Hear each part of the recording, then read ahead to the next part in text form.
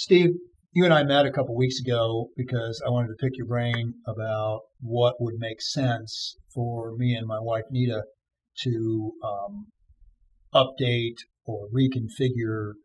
And we primarily talked about bathrooms, but about the larger set of needs as healthcare circumstances may dictate in the future, kind of a different arrangement. Sure. The bathroom with the step-in tub, with no grab bars and those kind of things, Right.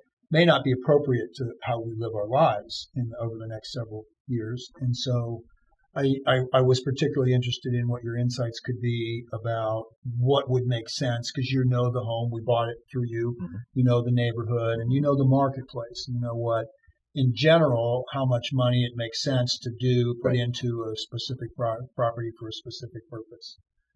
But in a larger sense, this is an issue that large parts of the population are always experiencing, and that is, as we age, we come to a point whether we start to question, do I still need this 3/4 acre lot that I have to maintain? Do I want to continue with this, 3,000 square foot home when I've got no children, and the kids and the grandkids come and visit, a couple of times a year, and we're all spending all our time in the family room kitchen. How much space do I need? And then there's the financial issues that people come, up against when they're looking to retire, and they may want to downsize. Maybe they got a mortgage late in life and they want to get out from under that and got enough equity to kind of use to transition and downsize into a smaller property and reduce their mortgage debt. All of those kind of issues are things that happen with increasing frequency as we age and we move towards that transition from raising families to living lives as empty nesters, and then fading off into the sunset, whether we stay in Dayton or whether we're heading to move south or north or east or west. And so you've got to, I'm sure, I know, because you've helped some clients of mine make that transaction, sell that home and move to assisted living or a retirement community. Talk about that, some of the unique considerations, some of the things that are important for people to think about as they enter into that life stage, and how you help them make good decisions. Well, Keith, as you were talking, the numbers of faces popped into my Sure. mind of people that have gone through this period of transition,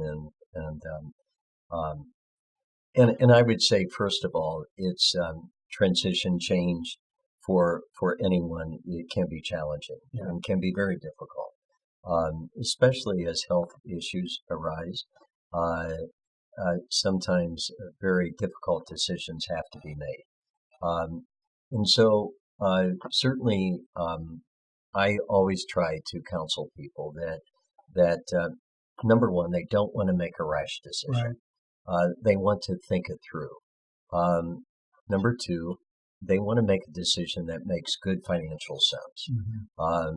And so they don't want to go into a home necessarily and remodel the whole thing if, in fact, it might exceed the market value of the property so significantly that when they are prepared and are wanting to sell the property, they won't leave behind significant equity in the property, an investment in the property. With that said, there are times when you say, look, I love it here. This is where I want to live. I want to make this home accommodate my needs for as long as I possibly can. And the key here is in transition is that you just go in with your eyes open. So remodeling a bathroom makes perfect sense for many, many, many people. But if it's an enormous investment in the property, you have to say, wait a minute, maybe I need to rethink the design and rethink the investment that I'm making in the property. Because at the end of the day, it depends upon your financial status. If you can afford to do it and you want to live there and you've worked all these years to have what you want, then by all means, go ahead and remodel the property. So what I'm saying is that moving is not always the right decision Sure. For people. But there are times when, you know what, I've loved it here, I'm ready for a change. Right. And that might mean moving from a house with steps to I'm planning for the future. Let's look for something with no steps. Right. Let's just look for something all on one level. Or I'm tired of the outside maintenance. Let's go to a condominium where someone else has to maintain that. And I'm willing to pay that monthly fee just to not have the headache of doing it anymore. So transition is always has to be constrained around the financial impact, especially in later years, that it will have upon your financial stability. If there's sufficient funds, that you're not so dependent upon the equity that you build in your home, but you have other investments that you've made with a person like you. Then you have a lot more latitude. And where do I want to live? Where do I want to be? Do I want to go through these winters? Or do I want more winter? In fact, it's interesting. I've had 3 clients recently who've moved north. And they're in the retirement age, but they love snow and they're just going to go for snow. More power to them. More power to them. Right. So it's a decision that you have to think through.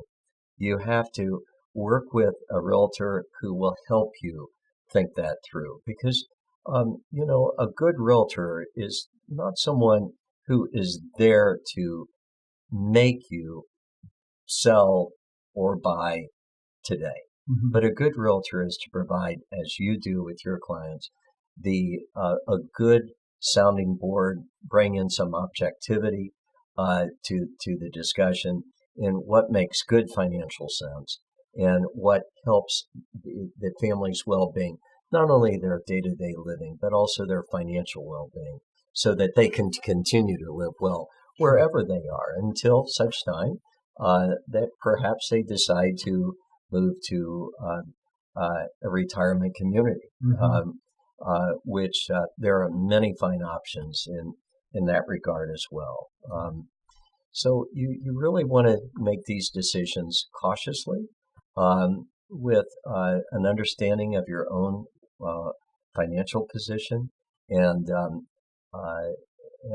whatever you decide to do, whatever someone decides to do in this transition, a good realtor, a good financial advisor will be able to be the sounding board, to separate out some of the issues from the emotional issues to the more cognitive issues that it has to be a holistic decision. It can't be just an emotional response or just a financial response. Yeah.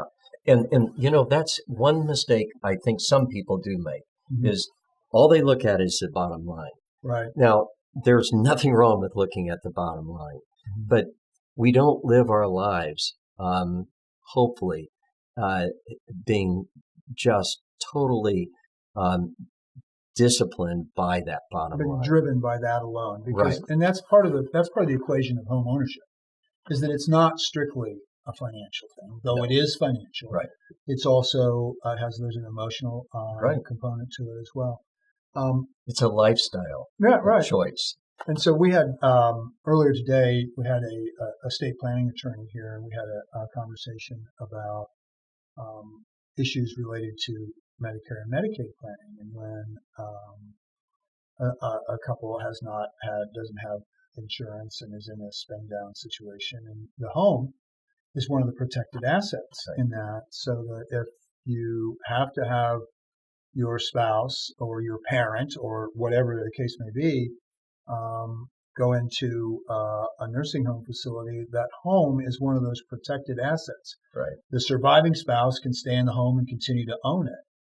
And so that's one of those other circumstances that when you said a minute ago, that you have to look at this in a holistic standpoint. Right. Is to really understand the whole picture, the financial side, the health side, the emotional part of it.